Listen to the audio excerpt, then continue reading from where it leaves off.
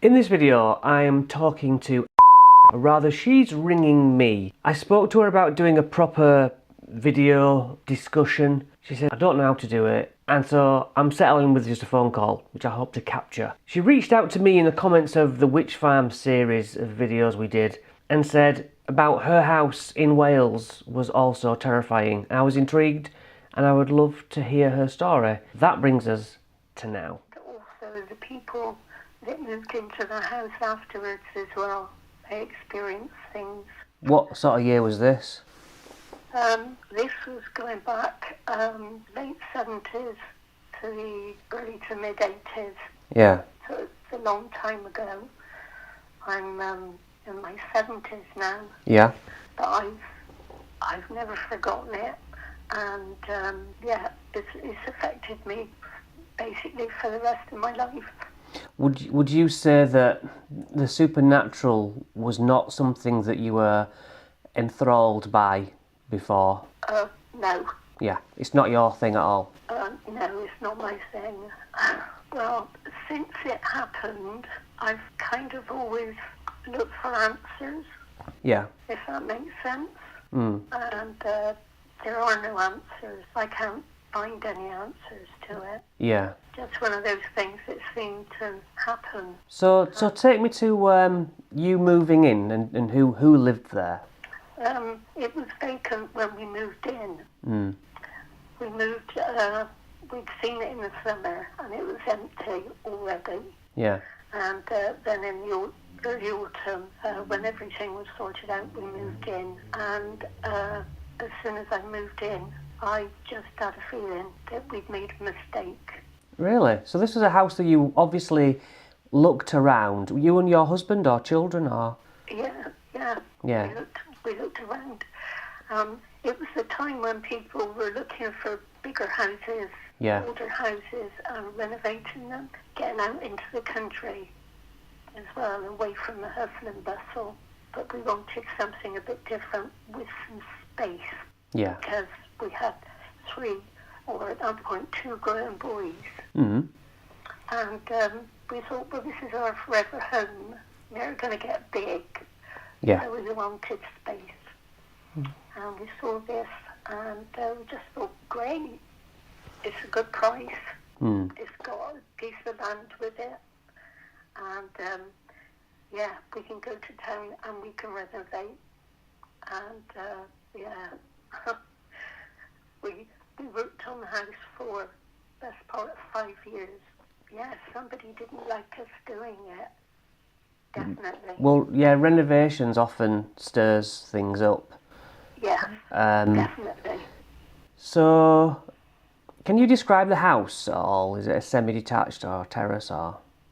No, it was a detached house. Complete on its own, right? Yeah, and it was built, it sounds strange, but there was a row of cottages, and they were at a right angle to our house, which was on a corner. Yeah. And what had happened was the person in the very last cottage, back in 1914, decided they were going to build a house in the back garden. Right. At a right angle.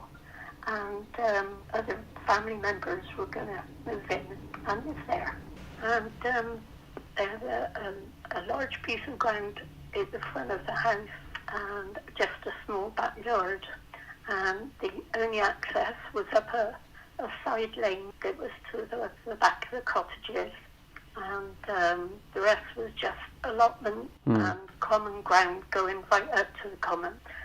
And we thought, great. Yeah. Lots of space, and we worked on the house, but it started with, I can remember there being like a sweet smell every so often. I would get this, it was almost like roses or something. Yeah. And I kept saying, oh, there's that smell again, where's it coming from? But then it would go, and it always seemed to be in the vicinity of the kitchen door. Okay. And then my 2 boys, when they were in school, I would be in the house on my own. So I set about doing the things that had to be done, and cleaning up and tidying and putting things away.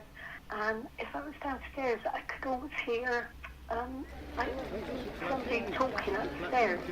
Yeah. It was like you could never work out what they were saying, but it was like two people having a conversation. But I knew that there was nobody else in the house, just me. Yeah.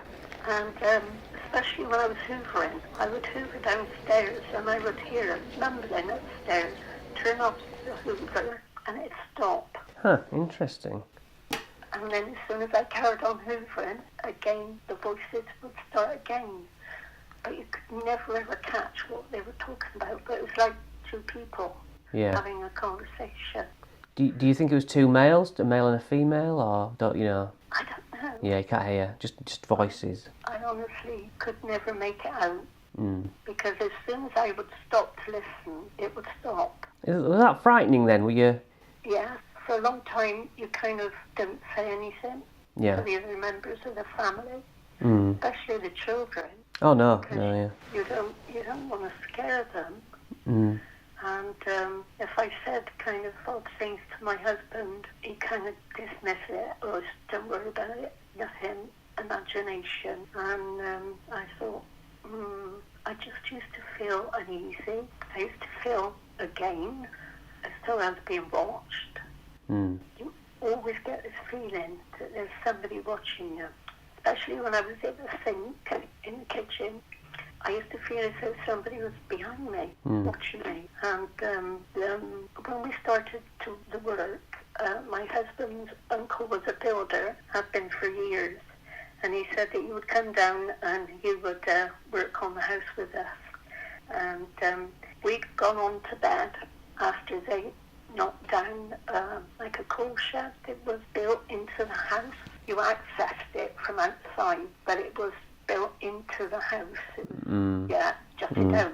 Yeah. So that was the first thing. He said, we'll get rid of that. He said, we'll get rid of the downstairs bathroom and open it up. And they spent all day knocking this building, this cupboard thing down. And then they swept it all out the door to the coal house. And he said, we'll leave the door on for security. But they just put everything outside the door. And then he nailed it shut. And then he got, when it was the end of the day, he went down to the village, to the pub, and we carried on. The boys went to bed. We went on to bed. And then he kind of came in after he'd had a few drinks, and he was sleeping downstairs on the settee, and everything was quiet. And then all of a sudden he started shouting. Then he went quiet, so we thought, oh, well, you're going to sleep in a minute. He's probably had a couple too many. Yeah. Then he did it again, and then everything was quiet, and that was it. And then until the morning, we said, what was going on? What were you shouting about? And he said somebody was trying to get in. Really? The door. Huh. He said they were rattling the handle. They kept doing it, he said, and in the end, he said, I went to the door, he said, and I shouted at them and told them to go away. Okay. But the strange thing was, where they'd knocked down the building on the inside, they'd swept it outside, it was all piled up where the door had been. Yeah. So there was no way that anyone could have got at the handle. Yeah, it was in the way, yeah. Because it was in the way. And there was no lighting round the back. It was absolutely pitch. So yeah, the alarm bells are ringing there. Are you thinking, well, did you put the connection to maybe a ghost, or did you keep quiet? I started feeling very uncomfortable. I didn't say anything. I just started feeling very uncomfortable. I thought with the other little things that had gone on, I thought I really don't like that. Yeah. Even if it was a human being rattling your door, that's unnerving enough, isn't it? Yeah. It was just really not nice. And then the house was being renovated, but there wasn't a lot that I could... Once they really started knocking down walls, taking out windows and getting rid of rubbish and everything else, there was nothing I could really do. But I love gardening. And it was a double-fronted house, so there was a porch in the middle and a window either side. And under the windows there were two flower beds, and they were completely covered in weeds. There were no flowers, and I thought, well, the least I can do is tidy that up. And we got some roses. I dug it all over, planted new roses in both beds, and then I got a load of bulbs, daffodil bulbs. Yeah. Planted them in between all the roses, and I thought that'd be something nice. If we can't, everything else is a mess, but at least that little bit of garden, it'd be tidy. Yeah. And we went right through the winter, doing work on the house. And in the spring, everything started to come up. And they were just coming up nice. They were all in flower, all these lovely daffodils. And I was well chuffed. Yeah.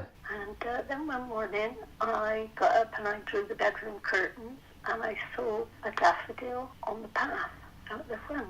And I saw there's a daffodil there. So I went downstairs and I drew the curtains downstairs. And every single daffodil had been picked. Wow. Not the roses? Nothing. The roses, as I said, it was pitch. It used to be so dark. The only lighting was right at the end of the lane.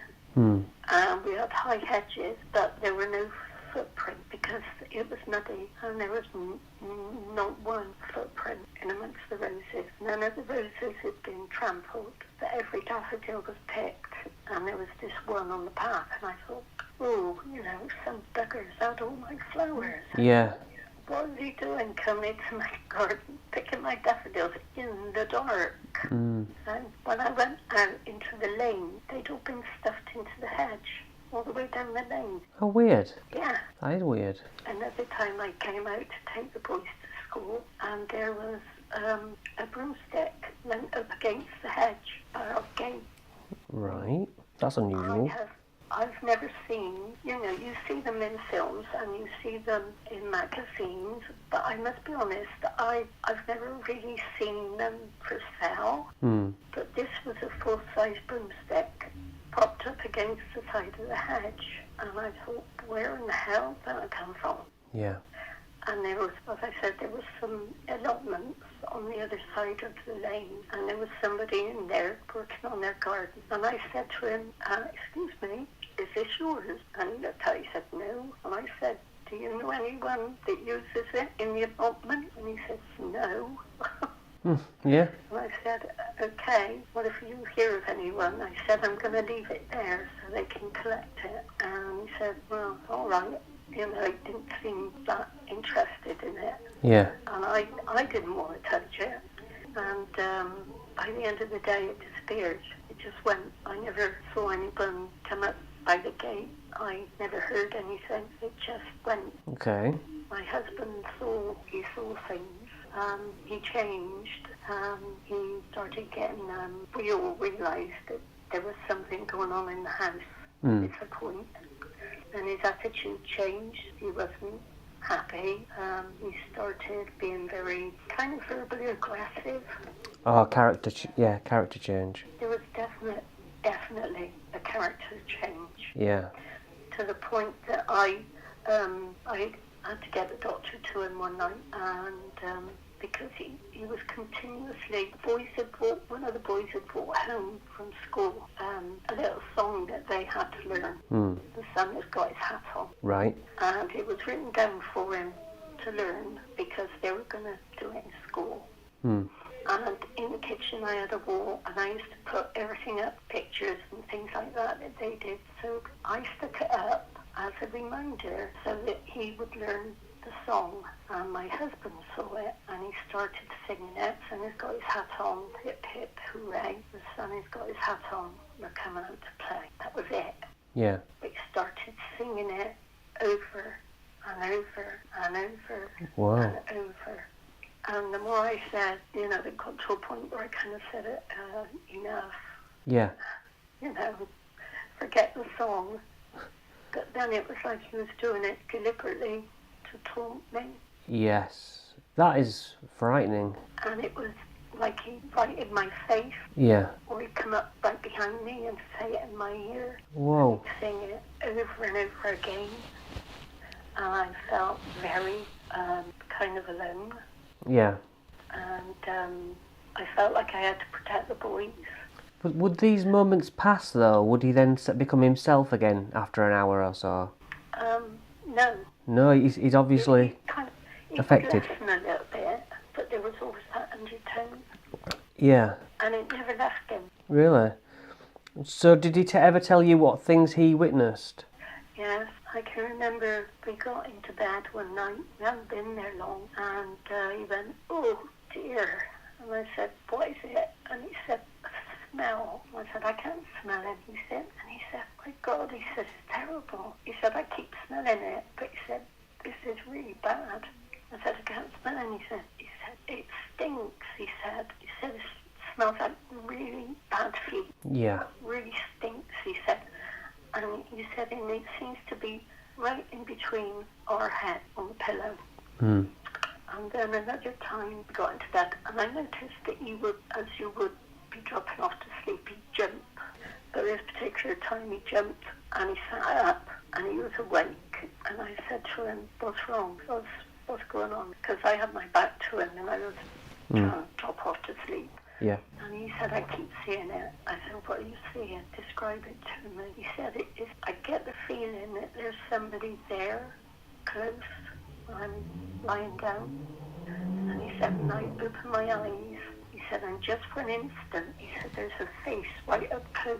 And he said, and it makes me jump. And he said, it just kind of, he described it as just going, whoa. Like blown into his face. Yeah. And then it disappears. He said it's like a grey face with very short curly hair. But he said, I can't tell if it's a man or a woman. Yeah. He said it's right up close. That's unsettling. Yeah. I didn't, it makes you feel as though you can't go to sleep comfortably. Because you feel like there's something in the room with you. And another time I'd stayed up. This was when he was having a lot of trouble. He'd taken some medication from the doctor to help him sleep. And he'd come downstairs and been quite confrontational. And eventually I managed to get him up to go to bed. And I thought, oh, let me have some peace. And I watched a film. And I can't remember what the film is. It's not a nice film. Right. I didn't realise, I'd never seen it before, but it was something that I saw something on telly. I love watching films. So I thought, yeah, Donald Sutherland and Julie Christie. Don't look bad, but I'd never seen it at that point. So I was watching this film and I was trying to figure out what storyline, because it was already on when I sat down, so I didn't know the start of the film. I just knew it was a couple that were in Venice. Watched it through to the end, and then the punchline at the end with the creature in the red coat. The red coat, yeah. And it kind of shook me, and I thought, oh my God. And I thought, right, I didn't really know it was going to be like that. But Yeah. I kind of turned it off, and I thought, okay. I thought it's quiet. I'm going to get up to bed as fast as I can. Even though I was, my late 20s, early 30s. So I went up, I turned off the lights downstairs, and I kind of went upstairs and turned off the bedroom light and got into bed. And as I did, my husband said, what's that? And I said, it's okay, it's only me. He said, no, what's that? And I said, it's me. I thought, he's not getting it. And he had his back to me, and he was facing the window. And he said, he got up on one arm and he looked. And I said, are you awake? He said, yes. He said, there's something there. I looked, and it was only a little bit of light coming through the window. And I said, there's nothing there. He said, there's something there. Yeah. And he said, it's dressed in red. And I thought, oh my God. God. And I said, there's nothing there. Go to sleep. And I can't describe the noise that he made.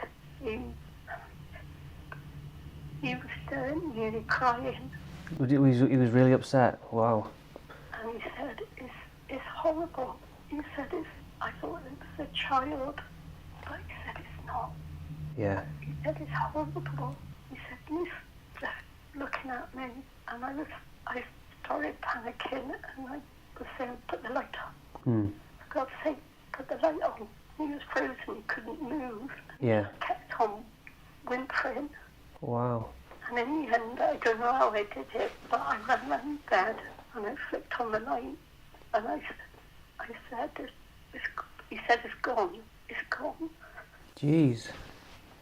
But I never told him that I was watching that film, but how he described it was what I just watched. That is... I do not have an explanation for that. No. Yeah, it's like something feeding on your fears, both of you. It was incredible. That's a hell of a coincidence, isn't it? It was I never told him. Yeah. I never told him that I watched that film. I just couldn't. My sons were experiencing things. I can remember my youngest son, they both slept in the same room. And I put them to bed one night, and the youngest one said, leave the light on. And I said, now you've got to go to sleep. And he was only about, I don't know, 3 or 4. And he said, leave the light on, please, Mummy. And I said, what do? I said, you can get a little bit of light from, they were on the front of the house, so they would get a little bit of light from that one street light down the bottom of the lane. So I said, I'll draw the curtains back so you can have the light from the street light outside. And he said, no, I'll keep the curtains shut. He seemed really scared, so I said, why don't you want the curtains open for the light to come in? He said, because a man looks in through the window. Oh, God. I said, what do you mean a man looks in through the window, my love? He said, there's a man, a dark man, and he looks through the window. And I said, we'd have to be out so tall because we're upstairs. He said, he is very tall. He looks in my window and he looks at me and he said, and I don't want him to see me. So he said, I hide under the bedding. And I said, okay, my love. I said, we'll keep the curtains shut. Then my older son, sometime after that, told me that they were being visited every so often by a very tall figure, a black figure, at the bottom of their beds. It would walk across, come out of one wall, walk across the room, and go into the other wall. And he said, and he's got a long stick, he's dressed in black, and he's got a big thick chain with a black dog. And he said, and he walks through, and then there's a little girl that walks in with him with long blonde hair. And then he said there was lots of people behind him, and they all walk across the bottom of the room, and they all disappear into the wall. And I said, what do you do when you see him? He said, I hide under the bedding because I don't want to make a noise. I said, why don't you call for me? He said, because I don't want to make a noise. Because if I make a noise, he'll notice me. I understand that. And I don't want him to see me. And he said he was so tall.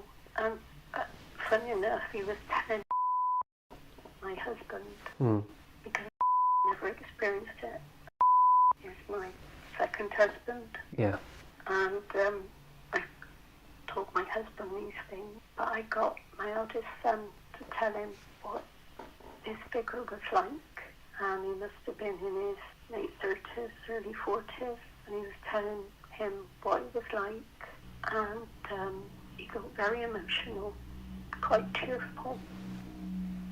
And he said he was massive. He was so tall that he would bend over because he didn't fit in the room. That is so strange.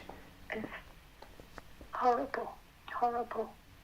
And who was he leading? I mean, leading someone through your house, and if you're on the second floor, there's nowhere that history would have put, unless there was a bridge there before your house or something, but... I don't know. Yeah, what on earth was he doing? Leading a load of different people, he said. Lots of people. I mean, he said there's always lots of people with him. And funny enough, the people that bought the house after, we thought it'd calmed down. We thought we confronted it, and it stopped for about 18 months because I couldn't move and let somebody else move in with the thought of something being there. Mm. And about 6 months after we moved out, I had a phone call from them, and he said, how are you enjoying your new house? And I just had a feeling, and I said, very well, how are you settling in? And he said, that's why I'm calling you. Whoa. He said, did you have problems when you were in the house? And I said, yes. But I said, we thought we got rid of it. And he said, no. God. He said, I heard noises in the night. And he said, I got up and I went down. And on our stairs, we moved the stairs so that it was open plan in the dining room. Yeah. So I come down the stairs, and he said there was like a pool of light in the middle of the dining room. And he said, and there was a little girl dancing with long blonde hair. Whoa. In the spotlight on grass. It was like it was daylight, a pool of daylight. He said, and she was dancing. But he said, I've learned that when you see the little girl, you mean you're going to see the tall black figure. And I said, you've seen the tall black figure? He said, yes. And he said he told me that I was going to die. And I didn't know what to say to him. I told him to get in touch with the church and tell them that there were problems and what happened. And I phoned him. He said he was in contact with somebody. And I phoned him. And he said, I think he said he spoke to a clairvoyant that come to the house. And she said, you're going to be visited by 3 spirits. And they'll appear in the garden in the early hours of the morning. And you're going to choose one of those spirits. And that spirit will protect you. And I said, what happened? He said, I looked out the window. I can't remember when he said it was, but a week later, a day later. He said, I looked out, he said, and there was a young girl. There was a monk. And he said, and there was something he couldn't make out. He said it was like fog. And he said, and I made my choice of the young girl. And he said, and the other 2 just evaporated. Yeah. And he said, as far as I'm concerned, he said, the young girl is here to protect me. When I told my husband, I said, a young girl, he said, I used to see a young girl there regular in the bedroom. Not the little girl, but another young girl. Yeah. He said, I used to see her regular. Yeah, it goes on. Funny enough, I thought the person that lived in the house before us had died. I found out from a friend. We went shopping in the village, and she said, oh, there's the lady that used to live in your house. Whoa. And I looked over the road, and I said, I thought she was dead. And she said, no, she said. Her family had her put into a home because she was seeing and hearing things in the house. Oh, wow. And I stopped dead, and I said, why didn't you tell me that before? So I never really thought about it. She said, I thought you knew that she was alive. I said, no. I said, tell me what happened. She said, well, and she was a very up-together lady. She didn't look like a little old wizened lady. She looked like she was smart, she was up together, and she looked like she had her wits about her. And I said, what happened? And she said, well, she started telling her family that she kept on hearing somebody trying to get into the house. And she'd hear, she said, like somebody scratching on the window in the living room on an evening. And she said, and I hear a voice, and they're scratching, and she kept on, it was getting worse. And in the end, they decided that she was going gaga, and they had her put into a home, but she got better. Once she was out? When she was out, she got better. And we had a voice. My husband experienced, I'd had my youngest son, and I was in hospital.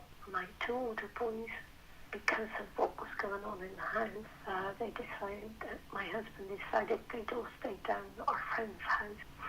And he decided that he was going to go back up and stay in the house on his own and leave the boys with our friend. And he said he went in and he put the light on.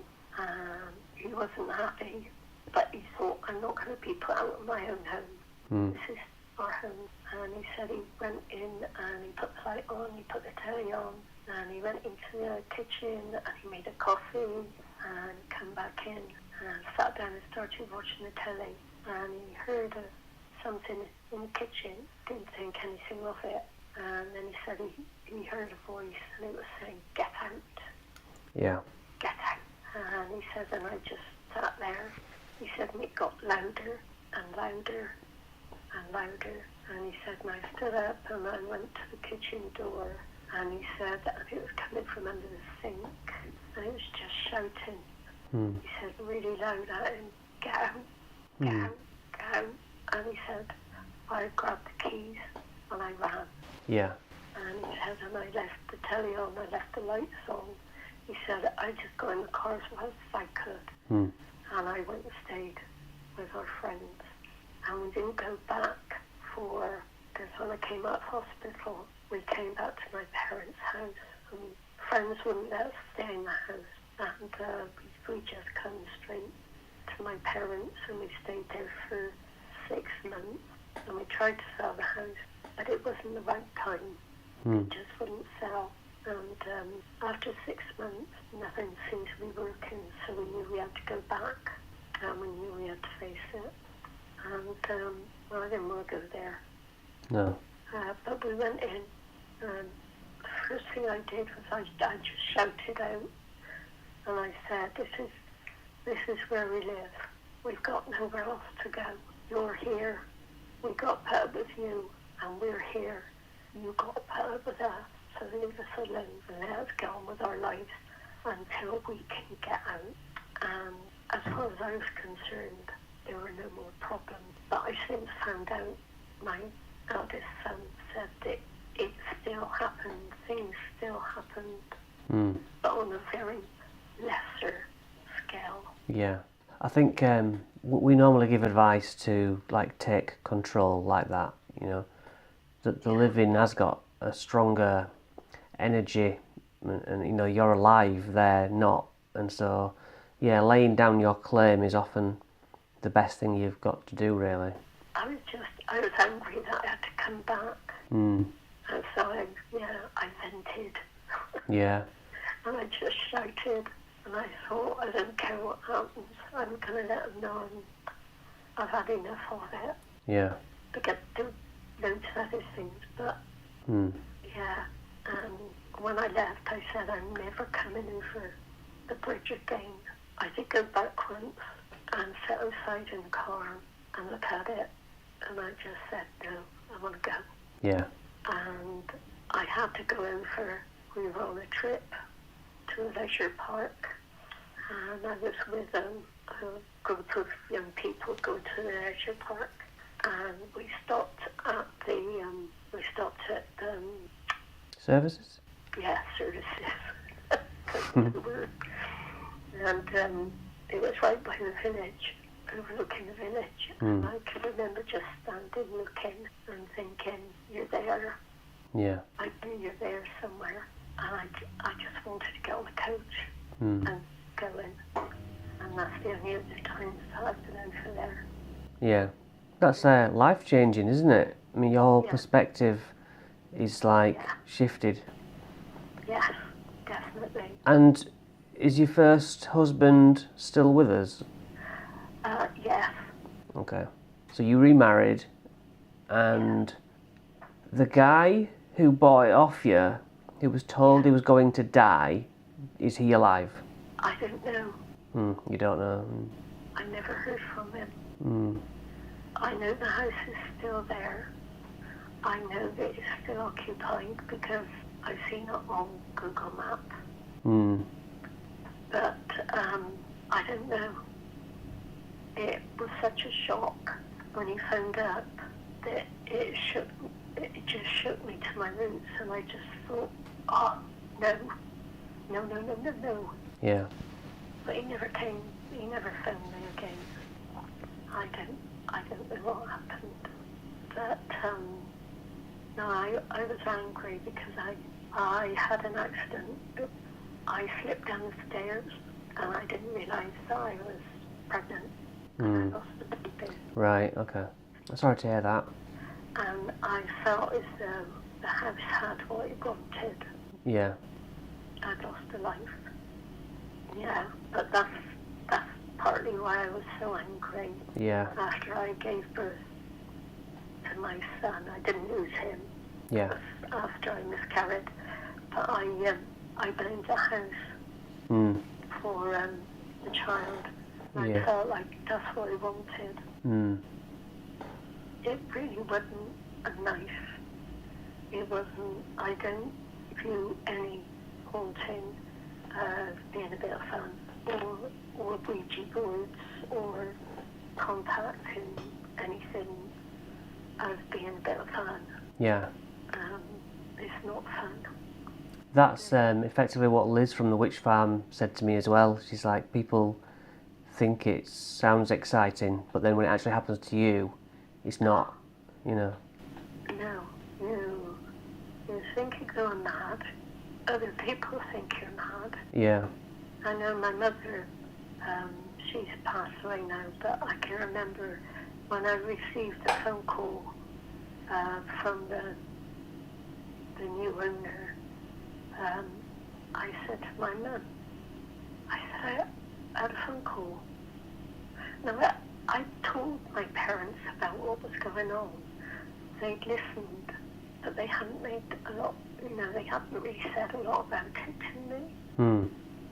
But when I said to her that the new owner had phoned and said that he was having problems, I can remember she was doing something in the sink. When I told her, she just stopped dead. And she looked at me and she said, I'm so sorry. I said, why are you sorry? She said, I didn't believe you. I see. And then she changed her tune. When she knew that somebody else was experiencing something there. Mm. And I said, what did you think I was telling you stories? Mm. And she said, I thought maybe it was your imagination. And I said, well, the whole family had a vivid imagination and experienced things, and friends experienced things. And I said, you thought it was all imagination? And she said, yeah, I'm sorry. And I couldn't believe it. Yeah. I mean, that is the standard response from anybody. It's like they have to witness it. Otherwise, it's just a story that can't be verified, you know? Mad. But it's terribly hard when you're the one saying, I swear that this is what happened.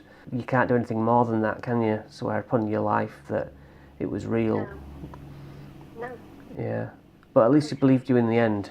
Oh yes, I'm happy now. I'm away from it. Yeah.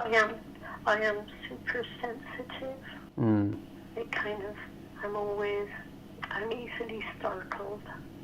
Yeah. And I'm very sensitive to the noises, and it doesn't take a lot to bring it back. No. I really appreciate you talking about it, because I know you might end up having a dream about it, and that's because you've brought it up again. Not because anything's coming after you, but because you've thought about it again, you know.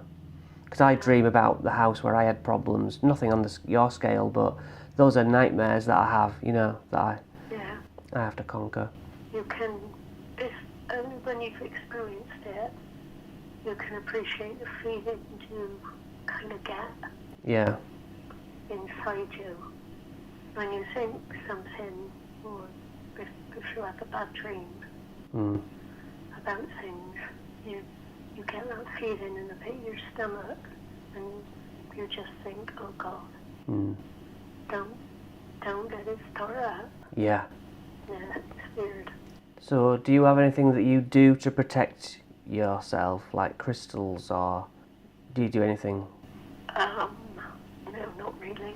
No. Because when we're doing what we do out there, we have a white light that we envision shielding us, you know, being covered in a white, safe, good, pure light.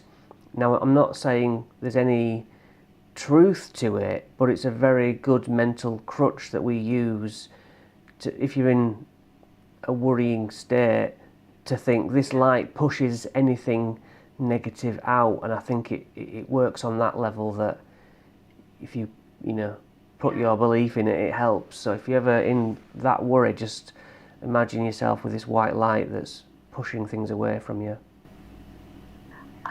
I always feel as though, how can I describe it? I feel like I've built a wall around myself now. Perhaps it's the same kind of thing. I won't let anything in. Well, that's good. Definitely won't let anything in. And how are the kids nowadays? How are the kids? All forgotten, or? Two of them not now, and they've not forgotten. Oh. One won't talk about it at all. The two younger ones are fighting the world. They seem to find it very hard. Yeah. And the eldest one, he's doing very well. It scarred the family, definitely. Yeah. So when I hear that people are buying old houses and renovating them, I just think, go careful, you don't know when you're going to wake up. Yeah, absolutely.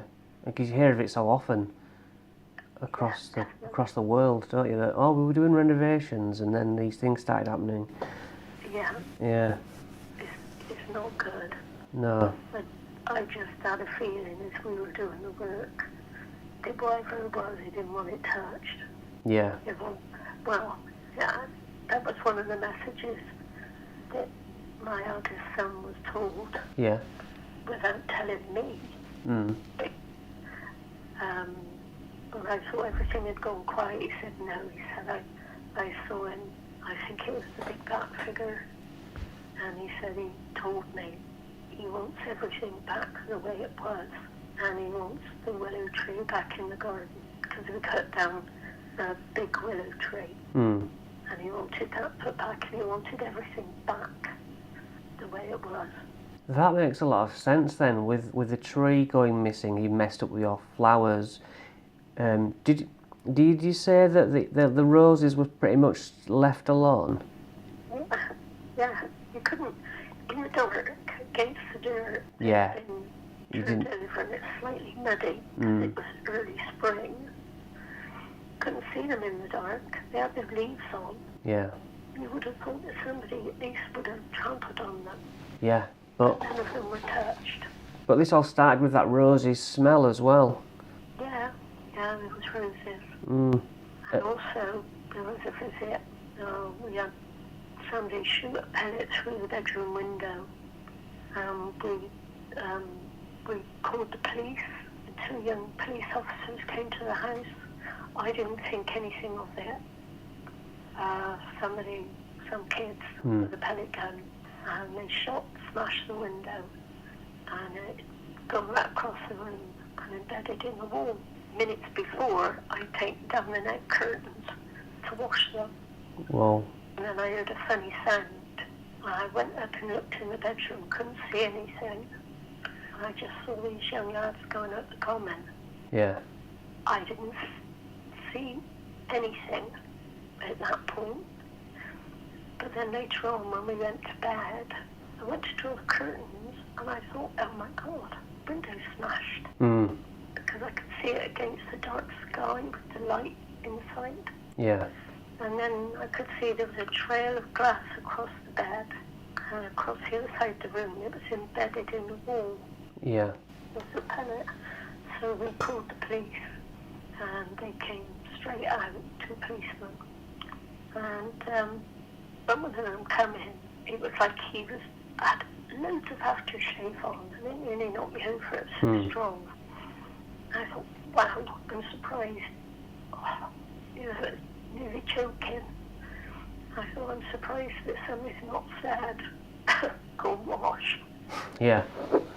Get rid of it, because it was so strong. And they went upstairs and they had a little look and said that they would keep an eye out for anyone with boys with their rifles. Told us to give them a call if there was any more problems.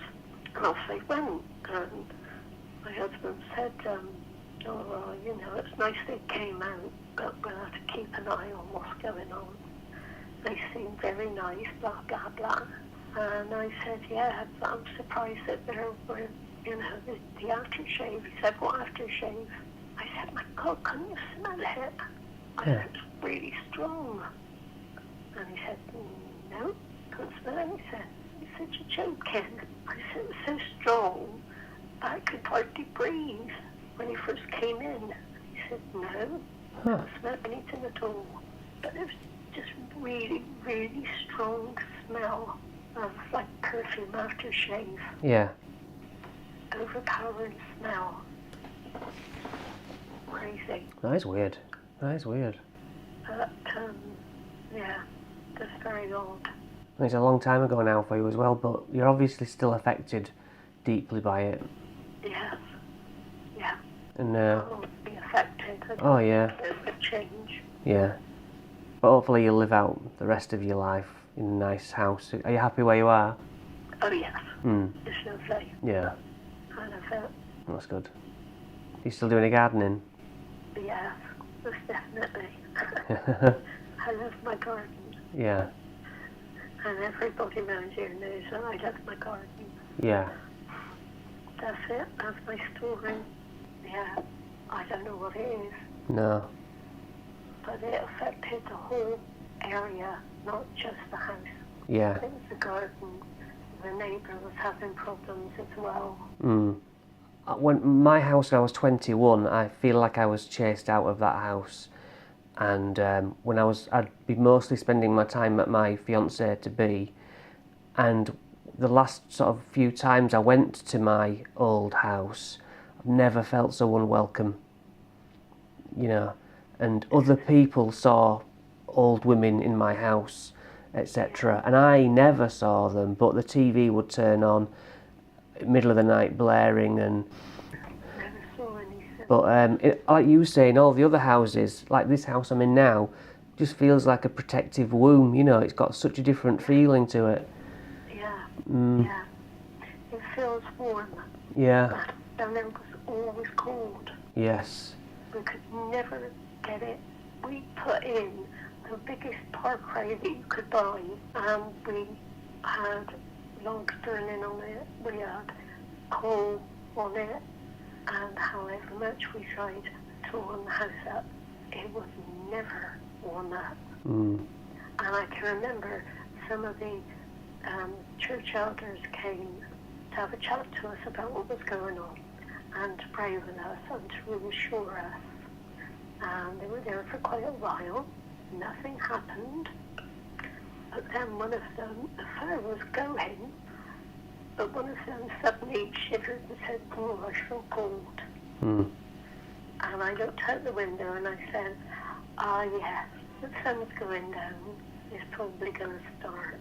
And that was about 5 o'clock. And I've never seen them two men get out of the house as fast as they did. Yeah. And I thought, well, what good that was. Yeah. They were supposed to be there to help to protect us and to pray with us and give us confidence. And they would go on, never help at all. But Well. yeah, it was cold. You could see your breath. Yeah, we've had cold spots. We have a spirit who does follow us around from York, and you know full well when that one spirit has entered the room, because as you say, it's a chill like no other. Yeah. You know. Well, I've loved this conversation. Absolutely loved it. I'm sorry that you're on the distressed side of it. I'm on the wonderment side, and you're traumatised by it. You know. I can still see it. That's what it is. Yeah. I do live it. Yeah. I've got a memento. Oh, what is it? Well, there was an old shed in the backyard, and we had to lay new drains and things. So that was knocked down, and me and the boys went out there, and we tidied up the bricks that were like the floor.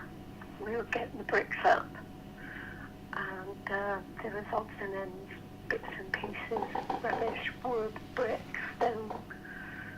And then I unearthed something, and I said, "What's this?" And it was a little figure, and it's about 4 or 5 inches tall, and it was like, it's made of lead, and it was like a miniature Henry VIII, and had a waistcoat on, and like peggings on, stockings, and it was all in this little lead figure, but the head had been knocked off, part of the head. He had a hat on with a feather, but I couldn't make out the rest of the face because it was gone, and we looked for it, but we couldn't find it. And I cleaned it up, and I got in touch with the museum, and I asked them if they knew what it was. And they said, "Oh, it sounds like a garden gnome." And I thought, nah, gee, it's wrong, it's not a gnome. And it's too small for a garden gnome, about 5 inches. Yeah. And I've never found out what it was, but I still got it, and it's all packed away. Well, that's intriguing. I wonder whether there was something there before your cottages was built then, Lena, years ago. I don't know. So there you go. I still got a memento. I felt like there was something that I had to take. Yeah. And that I would never give it back, because the house doesn't deserve it. I get you, I understand. It took away from me, so there you go. Yeah, quite a chilling story there. Thank you so much. Thank you for listening. No worries. Have a good day, okay? And you, my love. Alright. Bye-bye. See you later, bye. That, kind of mind-blowing. Very mind-blowing. Thank you so much for the anonymous lady for telling me that story. Starts off with a nice rosy smell, which makes me think previous tenant. And then of course you have this man figure and the first husband smelling feet. I wonder whether those voices were the spirits discussing the new family moving in. And maybe the woman was like, "We don't need to bother this family, let them do what they want." But the guy was like, no. Because the roses were never smelled again, but as far as I can tell. The door got nailed shut, renovations were done, and so it was like, leave this door as it was, rattle, rattle. Don't start changing our beautiful house. You've taken our willow tree, so I'm going to destroy your flower beds. The broomstick could have just been one of those things that that's left completely unrelated, and yet you affix a lot of meaning to it. And somebody took it when it was left out. People take things that are left out. However, also you could say that broomsticks are synonymous in a lot of ways with, the witch, supernatural sort of idea. So that again could be a warning, trying to get a message across. If you do this to our house, you're kind of cursed, or you're in for it. And then the spirit tormenting the man of the house, I imagine, trying to influence him to make the decision to leave, to try to scare him and his family out. And then watching Don't Look Now and having the red-jacketed evil little munchkin be seen from the film kind of thing in the bedroom. Is there a link? Is that just coincidence? I really don't know. They've got a man looking through the window, a very tall man, a stupidly tall man, but a tall man who could still hover. Crouch coming through the bedroom with a dog and loads of people. Why would loads of children be following a man? A Sunday school pastor? You think of the Pied Piper in a way. There's nothing saying that guy was a nasty guy through his deeds. He could have just been so angry at the family for moving in. But then he possibly, again, even when it supposedly told the next tenant that it was going to die, that's just, again, an angry thing you would say to someone trying to scare him out, the get out, get out. He wanted his house for himself. We have had cases where we've had to appease the spirits by putting flowers in a window or signs up commemorating them. just to appease them and say, yeah, it's your house too. Then we have those protective spirits, what was supposedly chosen from. That's cool. That's just like Ruth and Sam that we have to some degree. But then the previous tenant being put in a home, babbling about scratching and voices in the house. I'm just convinced it's all real. But then the smells that other people can't smell, that is just the world of the supernatural. We've witnessed sounds that some of us can't hear. Recording devices do pick up or don't pick up, and yet people who either are there in the room heard or didn't hear. So smells, why can't they be the same? The phantom smell, I think the kids shooting the air rifle through the window was just one of those things. But damn, that's the coolest, the scariest tale I have heard. Let me know in the comments if you have any questions I should put to the lady in question, or ideas about what was going on there. And I'll see you on a next investigation.